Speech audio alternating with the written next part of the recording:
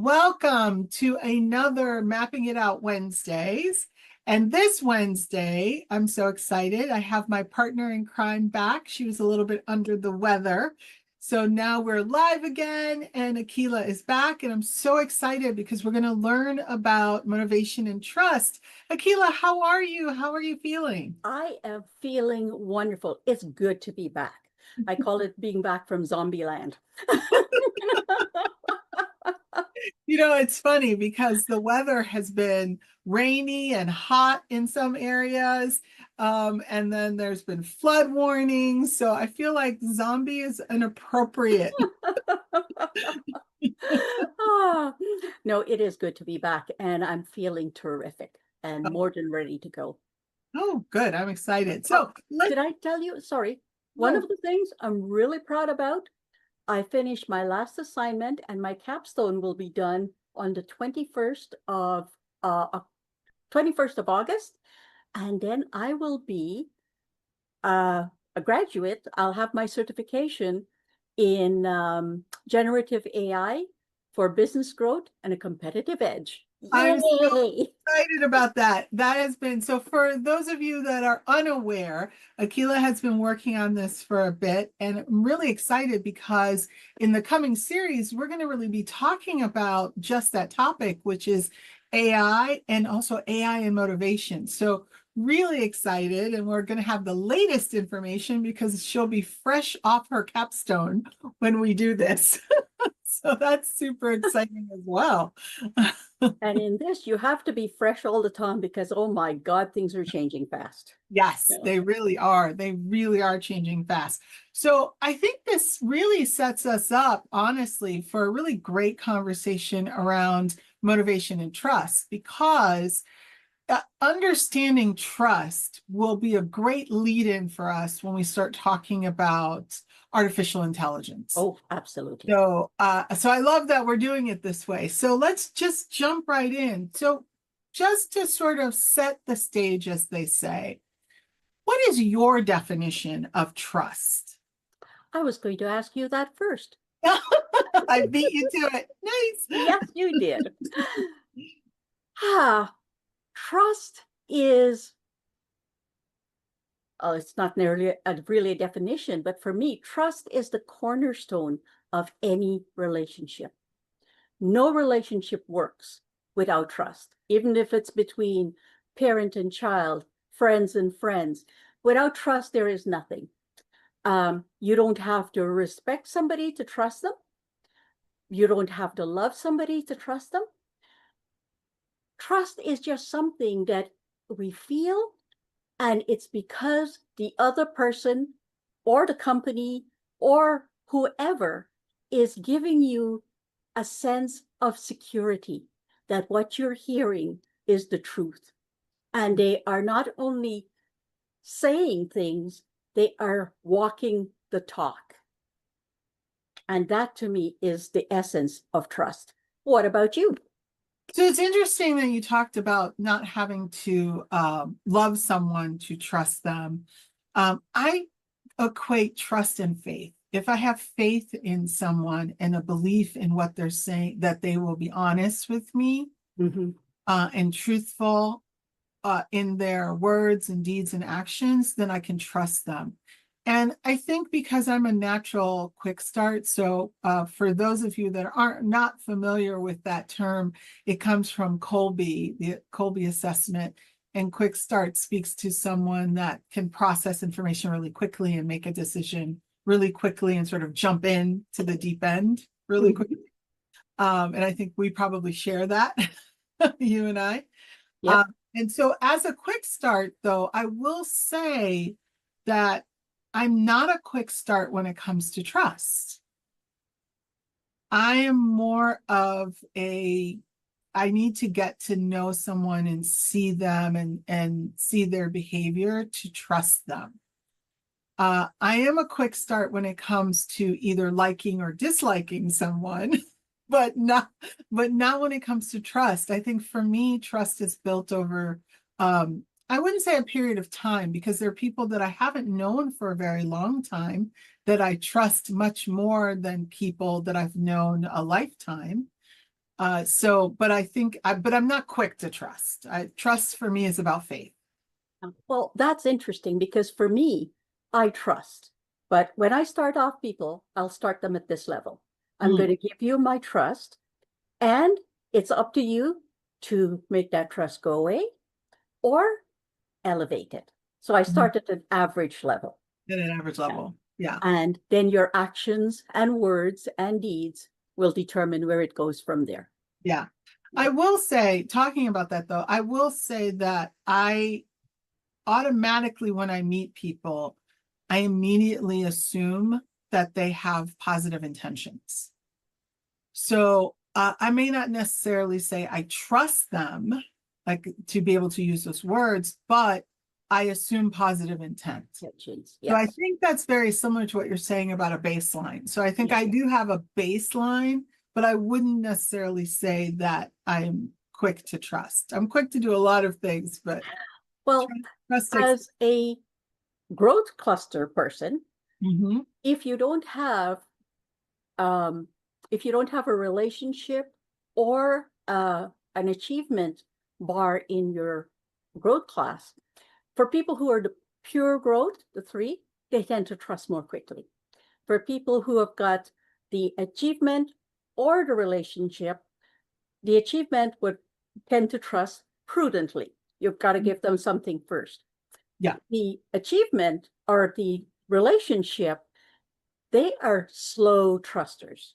They Mhm. want to hear more, know more before they trust. That's interesting. So just because I think people would be interested in the frame of reference, my last three motivational maps, I was 100% in the growth cluster. Mm-hmm. The very last one that I did, I had 2 in growth and 1 in achievement. Okay. And I almost feel like that's probably where I sit a good chunk of the time. Like, to think about that, I think I probably sit there a good chunk of the time. Okay, that makes sense. Yeah. But, and it's not so difficult to understand how trust is related to motivation. Again, if we understand what that motivational dimension is all about. And we've talked about it several times on here. So if we want to start out like, let's say a defender, okay? What is it that earns their trust? As I said, they're a relationship cluster. For them, it takes a lot. They tend to be distrustful first. You have to earn their trust. And that can come over time and definitely by what you do. Mm. If you lose their trust, you've probably lost it forever because they are not as resilient as other people. It would be, well, the last time I trusted someone, here's what happened. So Mhm. it makes them even more distrustful. Mm. But if you gain their trust and you've earned their trust and you keep their trust, they will be forever loyal to you.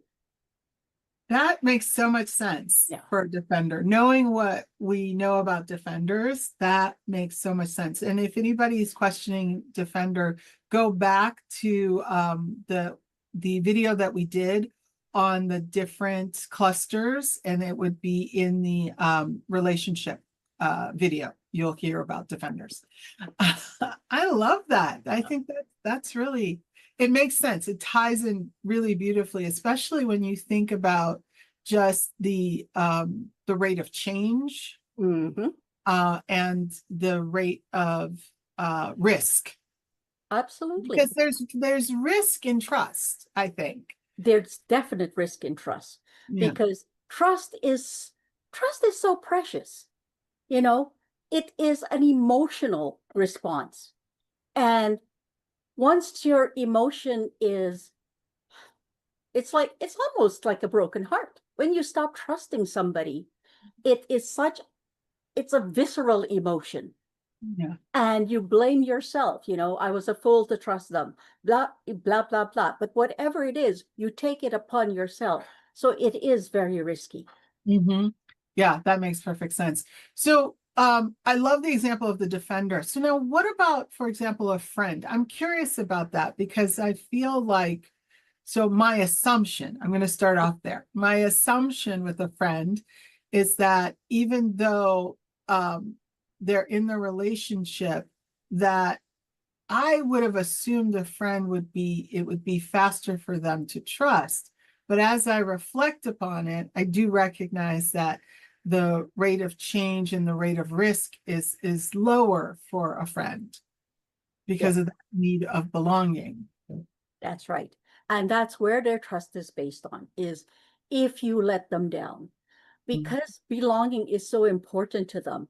Mhm. If somebody gives you their friendship because they trust you, and then you say things about them behind their back, or you betray them in some way, that is extremely hurtful. So if you're going to keep the trust of a friend, well, to gain it in the first place, you have to Mm. accept them for who they are. You have to bring them into your life and keep them there. They're not the kind of people, because they give so unstintingly of themselves. They're not the kind of people who would easily forgive being tossed away, so to speak, on a Right. whim. Mhm. No, it would hurt them deeply. Yeah, that makes perfect sense. And Mhm. just for the sake of time, I want to jump into the achievement cluster. And I'm curious, go ahead and if you can pick No, one. you pick one. Oh, okay. So I was thinking of expert Okay. and just what does trust sort of look like to someone that has a high expert? Well, a high expert, they're all about precision. They Mm. don't like letting people down. So if you think about that, that one's almost easy. If you let them down, because that is such a huge value to them, Mhm. that is something that would lose their trust. If you make promises you can't keep, or for them, even more important, if you say things that are false, if you say Mm. things that aren't backed up, then they lose trust in what you're saying. They lose Mm. trust in you. Yeah, because they hold knowledge to Mhm. such a high standard and Exactly. facts to And such a high. precision and not letting people down. So then what about a builder? So taking a second example in this class. Okay. A builder is about lifestyle, and lifestyle is very closely tied to finances and money. Yes. Okay. So a builder, and it all comes back to values, right? A builder values a higher lifestyle, or they love their above average homes, they love their one or two cars, they like going on vacations and things like that. And it's not as easy for them to build trust as, say, someone in the growth cluster, but it's not as hard either. If Mhm. someone is showing support for them and what they're doing and towards their dreams and goals, they will tend to want to trust them, and they will Mm. build. And if that person continues, then they will also continue to build that trust. But if you make promises and you can't keep it, if you make the promises that they were counting on and you can't Mhm. keep it, it starts to break down whatever trust they had built in you. Yeah, so it erodes that trust. It's Yes. really interesting. Yeah. Yeah. And that makes perfect sense for that. So jumping now to the growth cluster, and we think of creative, right? We think of that creative, that the creative in that space. What does trust look like? For a creator, trust would look like, oh, they're problem solvers. They want to be on the cutting edge and things like that. And because they are creative and because they are innovative, they Mhm. like to have their names on whatever it is they've done. It makes sense, right? Yeah. They did it and they want their name on it. So one of the biggest creators of creators of distrust in that group is if somebody puts their name on their work, especially if they didn't ask first. Yeah. Because the thing is they're generous. If somebody says, you know, this is wonderful, can I use a part of this? Or can I, you know, put my name, can I borrow what you're doing and put my name on it, but I will credit you. That's building trust because Yeah. they feel, okay, they admire my work and they're willing to give me credit. But if you Mhm. just take their work and call it yours, whoa, that is a definite no-no. Mhm. Yeah. Yeah. Yeah. Yeah, that's really true. So then let's look at our searchers. Okay. In some ways, the searcher is like the builder Mhm. in that they are looking for you to do what you say you're going to do. But this is not, their trust is not built on their personal well-being. It's based on their cause, so to speak, their mission. Yeah. Okay. So they want to make a difference in whatever it is that they're making a difference is. Like I said, it could be the earth, it can be animals, it can be people, or it could be their families. Mhm. And if somebody actively seeks them out and starts to build that trust and then says, you know what, I would love to help you do this, and then don't show up, first time, they may forgive it. Mhm. Second time, the trust level starts to drop. Because if you're going to be working on a cause, you need to have reliability on the people around you. Either that they'll contribute money, they'll contribute their time, they'll contribute their knowledge. And if you make that promise and don't keep it, it's something that is definitely an erosion of trust. Yeah, because they're mission driven. Exactly. They're purpose driven. So it's less about letting them down as much as it is letting the mission down. Yeah. Yeah. And we didn't talk about one, but this one is really important. It's the director. Because in so Yeah. many situations, the directors are bosses. Mhm. Okay. And for employees to have trust in that boss, there's a number of things that that boss should be doing. One, directors sometimes tend to forget, or sometimes they don't even realize it, that their job as a manager, a leader, their job as a leader is to help develop the people under them so Right. that they are growing as people. Absolutely. Yeah. And if they do not delegate, what are they saying to this person? I don't trust you enough to give you this to them. Yeah. Exactly. Yeah. And that in itself caused distrust. If they don't trust me that I know what I'm doing, then Mhm. how can I trust them? You know, so it's that. And if you don't give people the recognition, they're working hard, they deserve the recognition, they don't get it, that's another cause of distrust. And for the boss, when it comes to the employees, they would tend to distrust because they are directors. They want to be in control of the resources. If they have, let's say, somebody who is a spirit, who Mhm. likes their autonomy, who wants to do things on their own in their own way, the director would tend to distrust that person because they're not doing things my way. Yeah.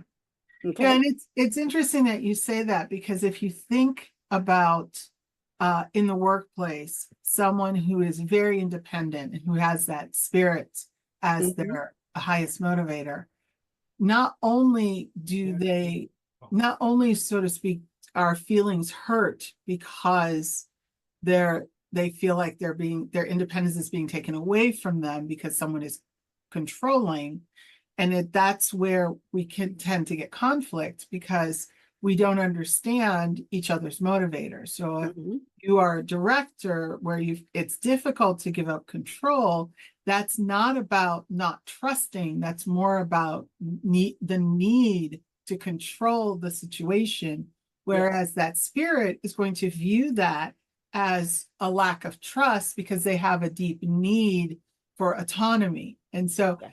I think that's a great example of how understanding our motivators, our top motivators, and what essentially is guiding us at those periods of time really does help in the workplace to alleviate conflict and build trust. Mhm. No, you're quite right.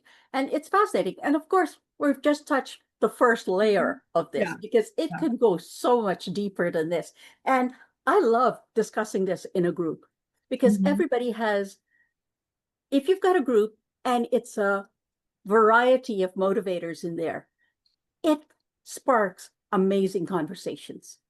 Yeah, absolutely. And again, this is a great example for everyone that's listening, not only being able to use the motivational maps in individual coaching or a team coaching, but also being able to use it in a training session or a meeting by really being able to help people have not only the self-awareness, but also an understanding of those, as you said, in the group, that they can now have really rich conversations Mhm. about what does trust really mean to me.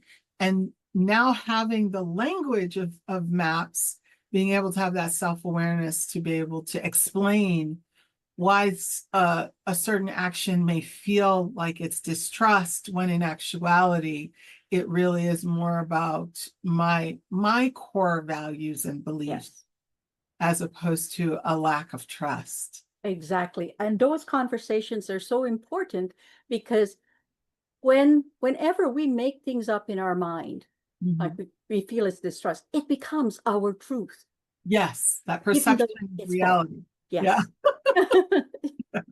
yeah, that is so good. So as we're sort of, again, this is a really surface conversation around this. If people want to have more information and go deeper, we highly recommend that you reach out to Akila and Or you. or me or any of the practitioners that Yeah. you've met in the series and will meet, because we'll Yeah. have practitioners to really dive deep into this. But that being said, if someone wanted to take a first step, what would be a good first step for them in terms of conversation starters for maybe pairs or group around motivation and trust? First thing, have Mhm. a map done. Fair enough. All right, Because if scene you don't one, map. know where you are Yeah, or, what are your motivators, how can you discuss them? fair enough. Okay, get your map done, people. You heard her. Yeah.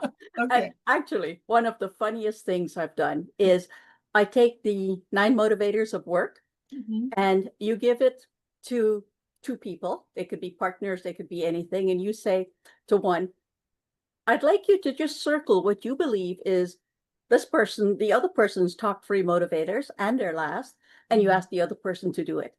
And that, without showing them what the other person's motivators are, it can start a fascinating conversation. Yeah. I love that. And that's such a great activity to begin. Like if you were doing a training on motivational maps. So here's a little inside tip, guys. That's such a great first activity to really be able to open the door and to begin those great conversations about Yes. self-awareness.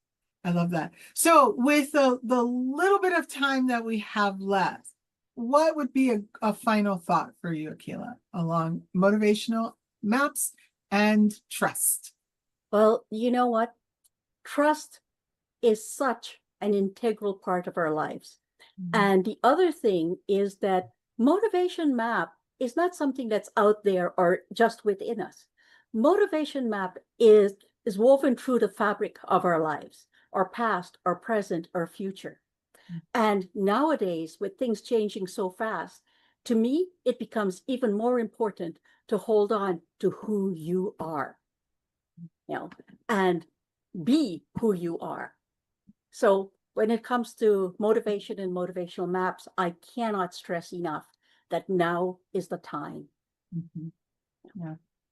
I love that. That was beautifully said. And with that, I'm going to segue into if you would like to get a map so you can take that first step, as Akila said, we will have a link below this recording on that you can enter and win a free motivational map, a coaching session, well, really a debrief first, and then a coaching session. That's really the order that goes in. Because you kind of have to have the debrief before you can get the coaching session with our wonderful, wonderful motivational map master herself, Akila Davis. And again, we will be back. We're really excited about this. Yes, we will still be introducing you to more practitioners. We're excited about that.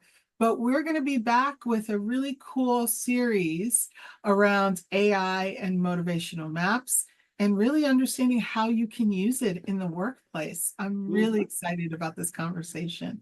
I can't wait to have it with you. Thank you. I'm excited about it too. It's fascinating. All right. So with that, we will see you next time, same place. Bye.